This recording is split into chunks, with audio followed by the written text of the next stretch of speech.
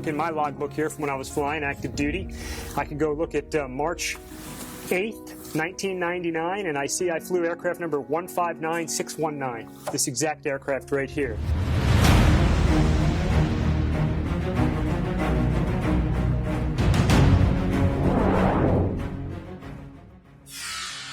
It was a very dark night out in the middle of the ocean, and no horizon that you can see, so you have to rely on your instruments. We were a wingman, so we were flying in formation, but as you come back for a night trap aboard a ship, they stack you up behind the ship, and one comes down at a time, about one every minute. We had gone over into our stack, and we were just waiting for our turn to come down the chute, as we call it, and land on the carrier, and the whole jet shook violently, like, and went completely black. It was a total electrical failure. The jet's still flying, the engines are still running. We have steam gauges, we call them, some of these things right here that do AOA and pressure to tell us our airspeed. But we had no electronics, nothing that we really need to land aboard the carrier as a solo.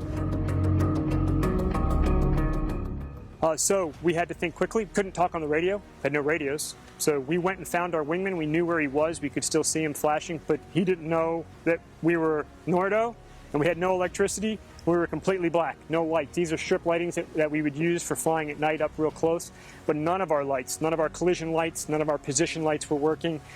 So we got our flashlights out, we flew near him because we could see him and showed him our flashlights till we were confident that he could see him and we could approach closer. And so we flew formation on him. Penguin did an absolutely outstanding job. We had our flashlights on, we could see our instruments. We flew formation all the way down the chute, so you're looking at an aircraft right next to you while you're flying down. And then right about 10, 15 seconds before landing, black night, no horizon, they flash their lights in the lead aircraft, they pull away, and you transition to the aircraft carrier. You got some rabbit lights, you got a meatball that tells us what angle we're coming in to land, and about the time that I'm telling this story, we trapped aboard the carrier safely. Wingman was up ahead in case we boltered, as we call it. We missed a wire, we took off again, we could fly formation on him again. But we trapped, and I tell you, that's the most adrenaline I've had in my life. I didn't sleep well that night, you know, your body's shaking a little bit. But she brought us home.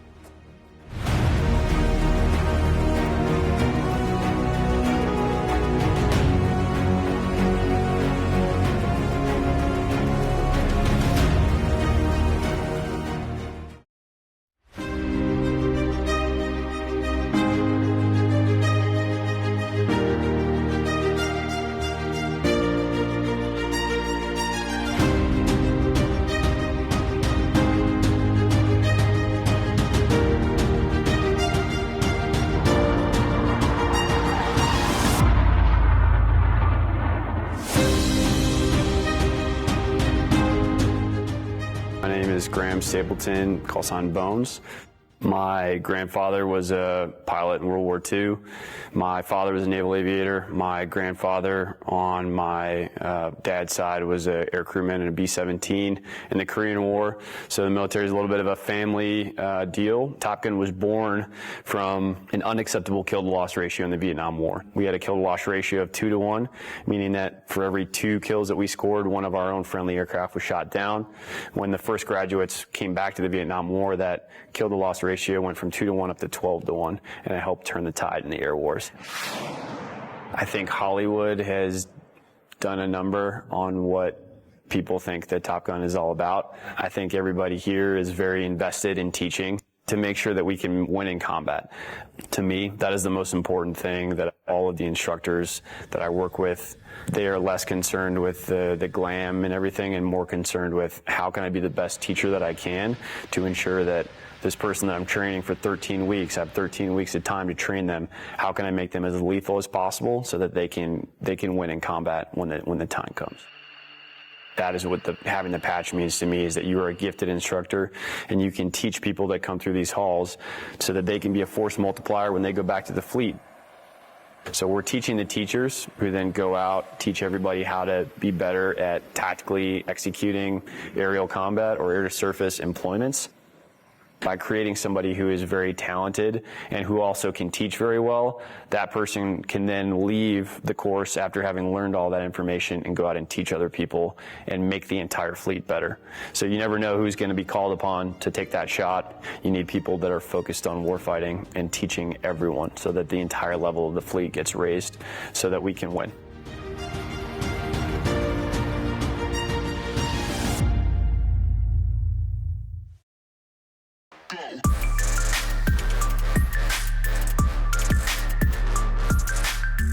Subject is Lieutenant J.T. Loy.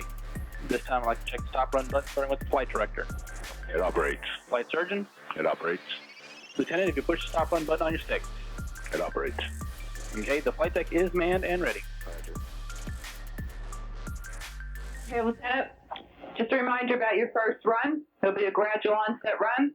You won't have your G-suit on, and you won't be straining, okay? Just sit there totally relaxed. When your lights come down to 30 degrees off the nose, or you have 75% light loss, and I want you to hit the stop the run button, okay? Okay. We're ready to go anytime you are. Ready. Okay, this is going to be 5.5 Gs for 30 seconds. Run will begin on my mark. 5, 4, 3, 2, 1, mark.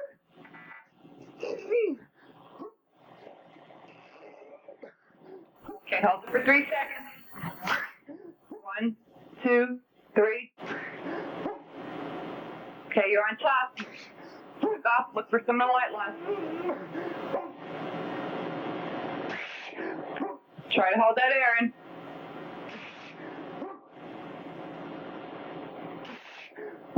Slack off and look for the light loss.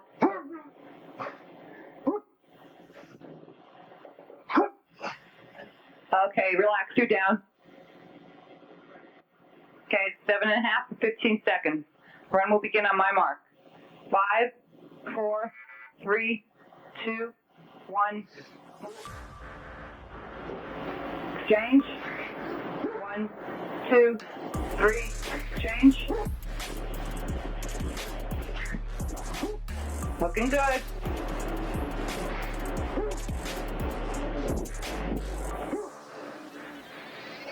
Okay, keep training and relax. Good job.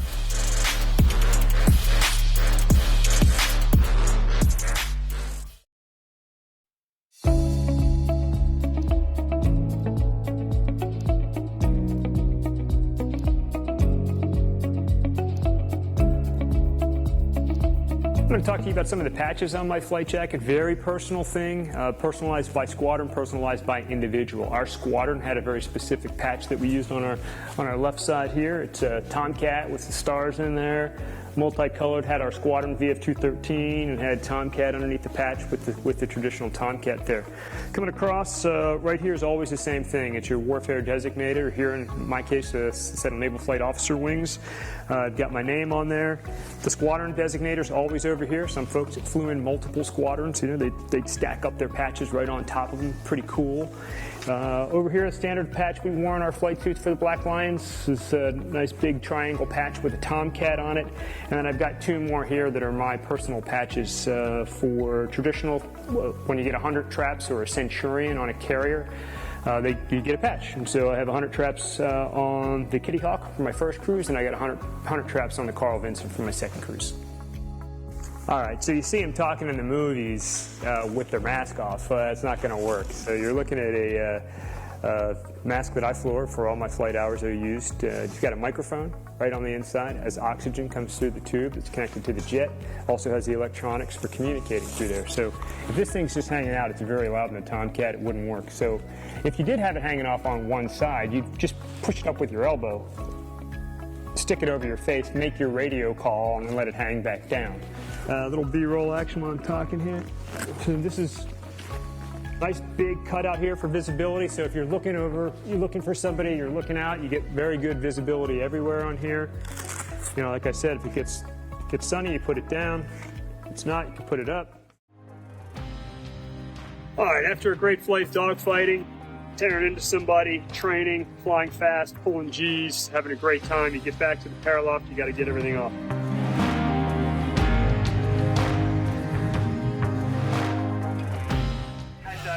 Lieutenant Rick Roy, call sign Lucky. Just want to welcome you aboard and hope you have a great tire cruise.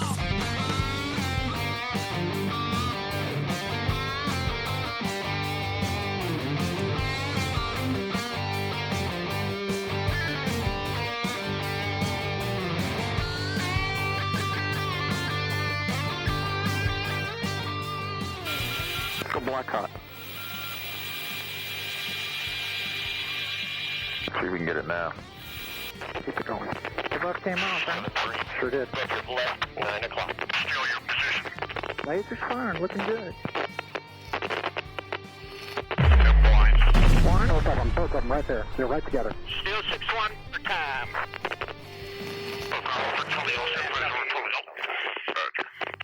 Woo, baby!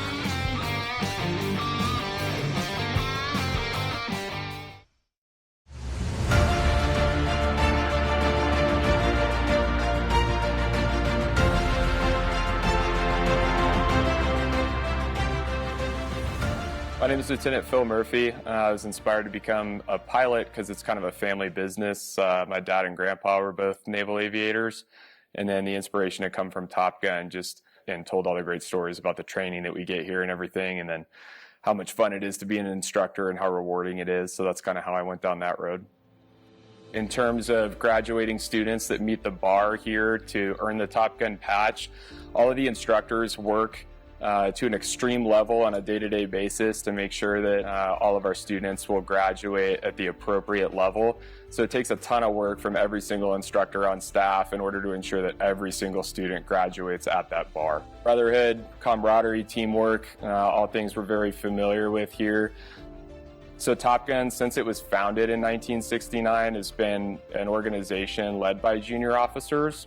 We use a peer leadership structure here, which essentially just means that we require everybody to do their job without being asked, if you will. So we get a group of people here as instructors that show up every day motivated to teach, motivated to be experts in their area of expertise. So in terms of legacy, I don't want to be specifically remembered. I just want to be a contributing member of one of the generations of Top Gun instructors that carried the overall legacy of the institution forward and handed it off to the next group in good terms. So the story of fines regarding quoting the Top Gun movies is true. The new movie was actually really cool because a lot of the flying shots are real.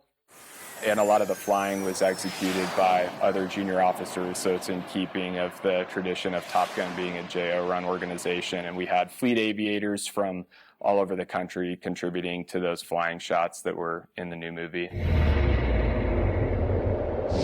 My name is Michael McBride, call sign Shady. I'm the current Top Gun executive officer.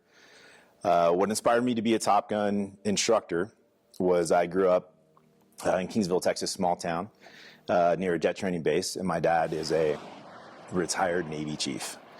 I grew up watching jets fly over my hometown, as well as my dad was a huge inspiration for me to fly aircraft. The way that we operate here at Top Gun is this organization is mainly driven by lieutenants or basically junior 04s. My job clearly is to support them in running the Top Gun course and running the Top Gun syllabus.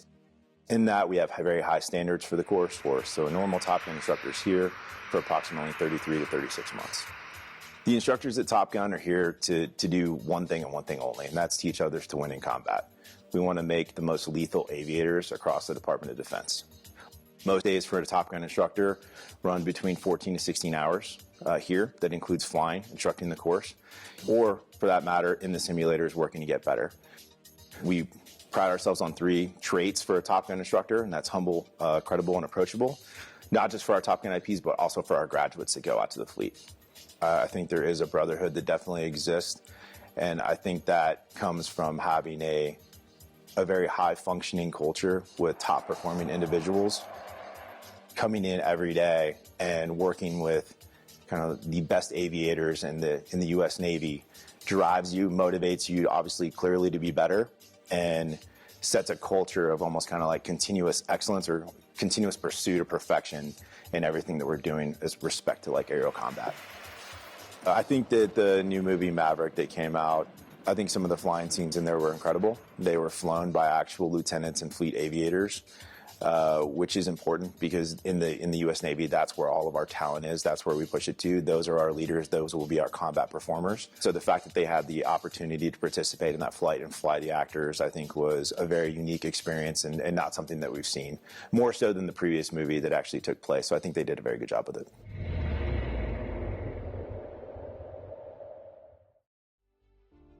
Something that some folks don't often acknowledge or talk about is the tremendous sacrifice, the strain on families, on the sailors, men and women that deploy to serve as serving in the military of the United States. It varies across all of the services, and for the Navy, from my perspective, it was very challenging.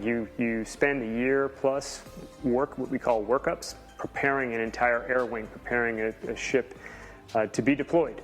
And the whole air wing comes aboard the ship and off you go, and you don't come back for 6 months. Op tempo in recent times, and it varies at different times, you could come back in 7, 8, 9, 10 months in times of war, sometimes even longer. And that can create a tremendous strain on families. Without a network, without a support structure from Americans like yourself, that can write letters, send care packages, just let the warriors that are out there sacrificing for the freedom of the United States, let them know you're there for them and you care about them, and that means everything. My name is Jamie Jameson, and I'm the museum manager at the Florida Air Museum. So I grew up, I'm a military brat. My dad was in the Navy, so some of my earliest memories are watching movies like Top Gun and going, oh, there's Dad. There's Dad. Every character was Dad. And then going out to the runways at North Island in San Diego and watching the aircraft take off and land and waving at the pilots. So the sound of the aircraft, even it's kind of funny, the smell of the oil, all of that brings back memories of my childhood and just makes it feel like home when I'm here. I've been with the Florida Air Museum for about 3 years. I started in September of 2017. The museum itself is made up of a collection of assets. They're either artifacts that belong to people or individuals, but really help to tell the story of aviation in the state of Florida. I love having student groups in here. We talk about a pilot named Ruth Elder, and she was a female pilot from Lakeland that tried to make the first transatlantic crossing before even Amelia Earhart does. So it's really fascinating to kind of weave into those stories that aren't really well known, but that emphasize the role of aviation in the state of Florida. So my favorite plane on property, oh, that's like asking who my favorite child is, but my favorite plane that I kind of come to time and time again is Loving's Love. It's a great little aircraft. It is a replica of an original design by Neil Loving, and Neil Loving was a pilot who had lost the use of his legs in a tragic glider accident, and he specifically designed this aircraft so that he could fly it with his limited leg use. What's really cool about the story is that this replica is actually built by an SR-71 pilot. His favorite thing was this story about this little racing airplane that Neil Loving built, and he loved it so much that he built his own replica. He actually flew it to visit Mr. Loving and show him, I was so inspired by you, here's what I built. So one of the great things about the Florida Air Museum is we have our own on-site restoration building. The Bueller Restoration Building works on the aircraft that you'll see on display in the museum, as well as some of our flying assets, meaning aircraft that we can take flying individually. Really interesting project that they're working on right now is called the Spirit of Lakeland. And the Spirit of Lakeland is a partnership with Able Flight that allows those with varying disabilities the opportunity to earn their private pilot license. We're very fortunate to have 3 Navy aircraft on loan for the United States Naval Aviation Museum in Pensacola. They include the Sea Dart, the Vertical Riser, and of course the F-14 Tomcat. And the F-14 Tomcat, when it was retired, it flew down here to Lakeland, landed at our little airport here in Lakeland, and they taxied it over to where it is on display currently at the moment. An interesting event happened. The National Naval Heritage Command said, hey, we need to come inspect the aircraft. And I said, okay. So I got everything ready, and I was ready for this big inspection, and they come and they do it, and they said, okay, well, we've done the inspection. You'll be happy to know that it's not radioactive. And I said, oh, I didn't know that that was something I needed to be worried about. But then, when I stopped and considered the career of this aircraft, what types of carriers it might have been, the emergence of the nuclear forward deployed aircraft carriers, that sort of thing at the time, I said, Yeah, I guess that's something that I'm really glad they came and investigated on. One of my favorite things about the museum is our interaction with our youth audience. The best thing about museums is when you have a generational conversation. So you have older members of society bringing their younger grandchildren, nieces, nephews, and they walk around the museum and they can talk about, oh, I built an airplane like that, when they're looking at the experimental and the kit. Or if they were in the military, coming in and saying, hey, I flew the F-14. You know, your old man, he was that cool guy that got to fly it. Or, you know, talking about their experiences on the aircraft carriers or being forward deployed.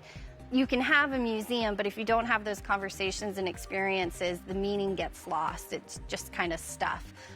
So what I enjoy about it is that really aviation is extremely personal and people love to talk about it and they love to share what they know. And I'm always happy at the end of the day when I see a family come in and get to share their experience.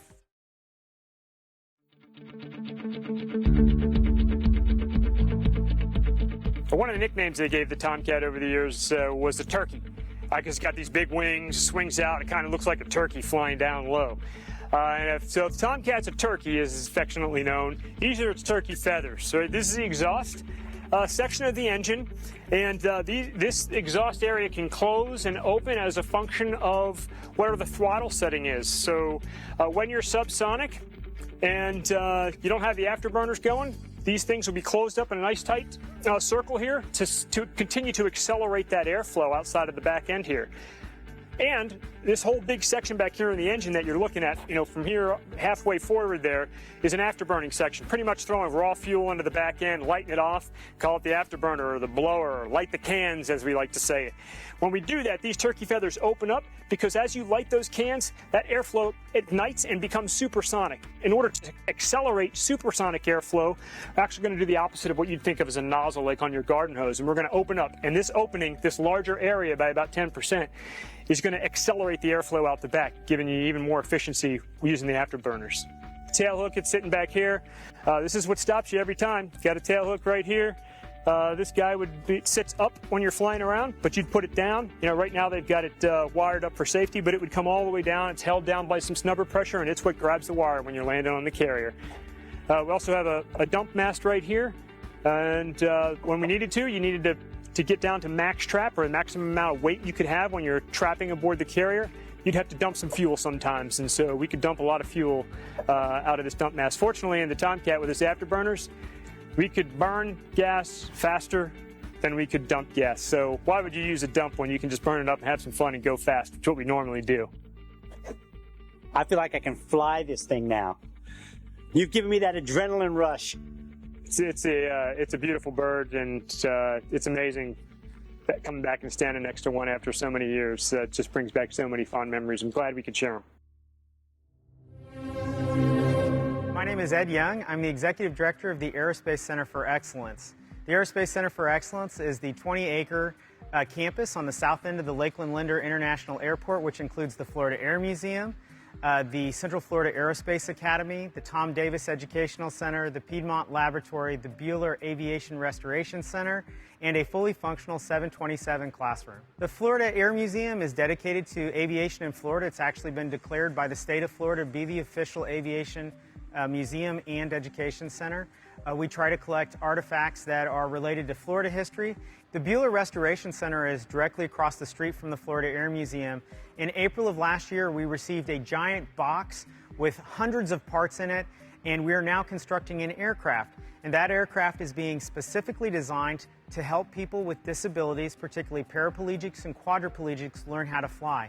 The program that we're using, Able Flight, has put wings on over 100 pilots so far that have disabilities. The great thing about the program is that when you're in the air, you are simply a pilot.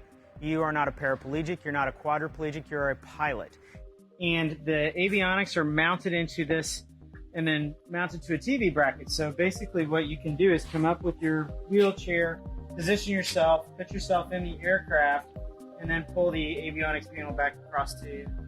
There's also a bar right here that it's not back from the metal shop, but there's a bar right here that controls the rudders. That way, if you don't have use of your legs, you can still control the airplane. And then there's a center bar that controls the ailerons.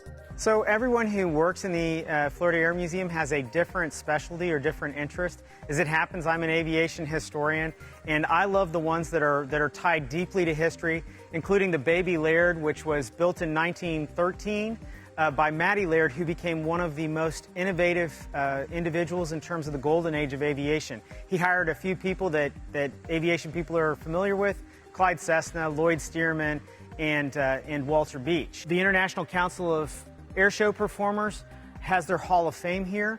There are airshow planes. In fact, there's an airshow plane right above me, the Red Baron. I do love the Baby Laird. Matty Laird was absolutely essential in terms of Kansas aviation. Kansas is actually considered the air capital of the world because so many of the aircraft are still produced there. 85% of all of the general aviation fleet are still produced in Kansas. Well, Matty Laird, he was crazy if you think about it. He took parts off of a bicycle.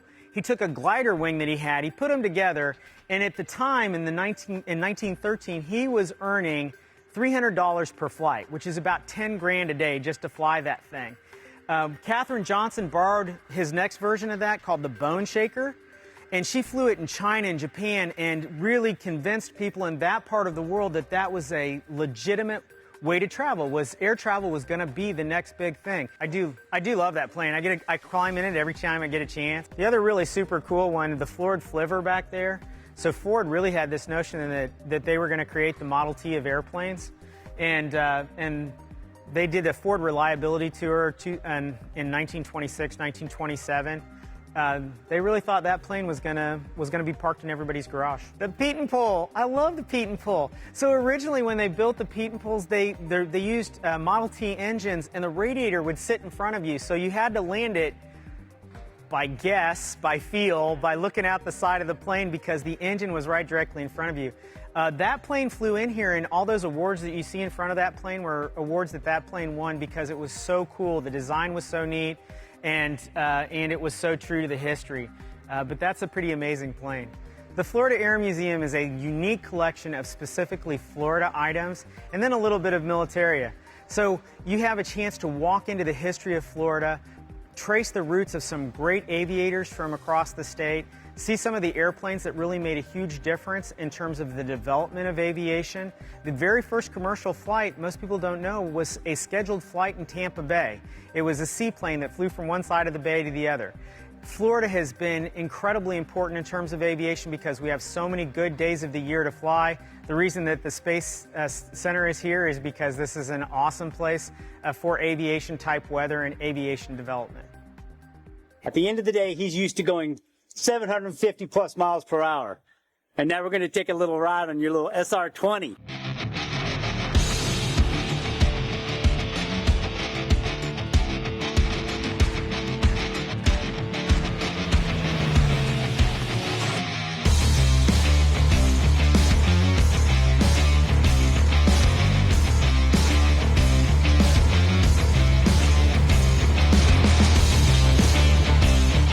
Up and away.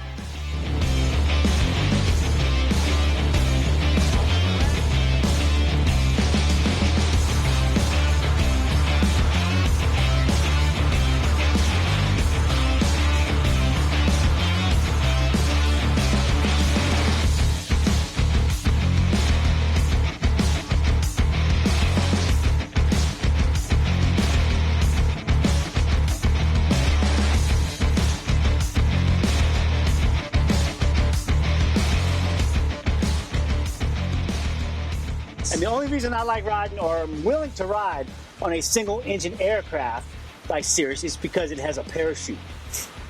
Over 500 feet, right? Over 500 feet. See? I should be a pilot. He's ready to go. I'm qualified. You're qualified to make that thing happen if you had to. Lucky. We don't ever want to use that, though. That would be unlucky. I'd rather go in one of these, though. You're going to make that happen? We're going to try. F-35? No, that's single seat only. Oh, is it? F-18F. F-18F. Let's go. Thanks, bud. Right on. All right, let's go drink. Yeah.